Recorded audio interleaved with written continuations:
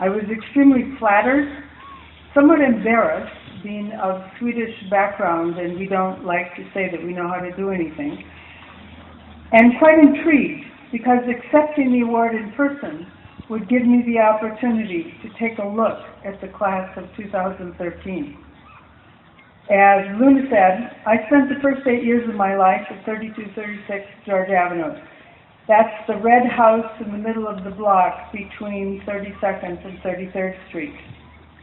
The land on which your high school now stands was the great world of adventure for us 52 kids who lived on the block. In the summer it was full of milkweed and sunflowers. In the winter it was flooded over to make a skating rink.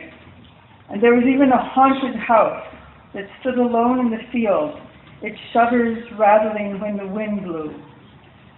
About a mile away at Fernhill School when I was 10, I was lucky enough to have a 5th grade teacher who once a week would let us listen to the Minnesota School of the Air on the radio if we would keep our heads down on our desks.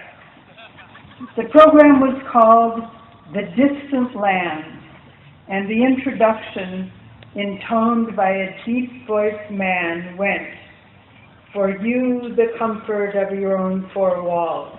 For me, the distant lands." And that did it for me. The seed was planted, and since that time, there have been many distant lands. At first, distant states, then Mexico and Canada, then Europe, then exotic New York, so different then from what I thought was dull and prosaic Minnesota. Then Africa, then the Middle East, Latin America, Europe again, Asia, and back to Africa. One day about 4 or 5 years ago, my brother drove me to see the house on George Avenue. Over the years, it kept looking better and better, and the trees were bigger and bigger.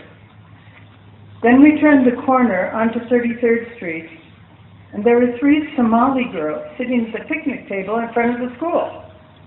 By this time, I'd been living in Nairobi, Kenya for a number of years, where I was the East Africa bureau chief for the Associated Press, so I recognized who the girls were, but I had never imagined seeing them in front of the place I went to high school and from which I graduated in 1960, 53 years ago this week.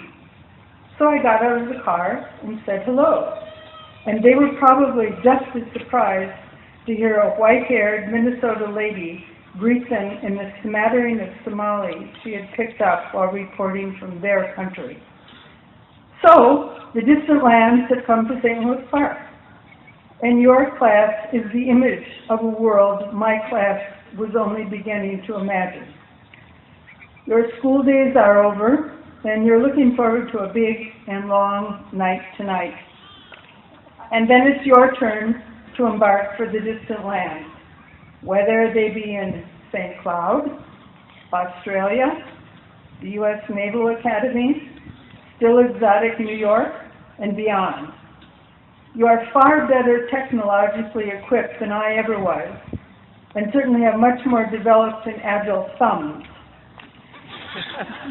And from the bit of time I've spent with some of you, you appear far more self-confident. But perhaps underneath those composed exteriors, there are doubts and fears about what lies ahead. And maybe you really don't know what you want to do or be.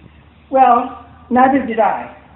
And I didn't find out until much later when I answered an ad in the Buenos Aires Herald that said, "Journalist seeks Girl Friday, no experience necessary."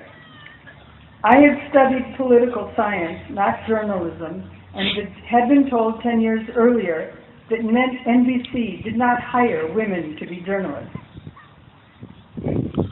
But somehow I got the job, and a few months later went from being Girl Friday to Girl Reporter for that same NBC.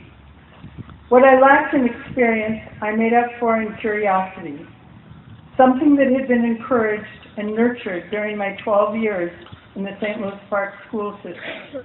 And I had taken the risk of applying for a job about which I discovered I knew very little, and which eventually led to my becoming a journalist in the distant lands. So, If you'll accept a bit of advice from a hopefully still peppy and fellow Parkite, don't worry too much now about what you will become, but instead enjoy the process of becoming what you don't yet know you want to be.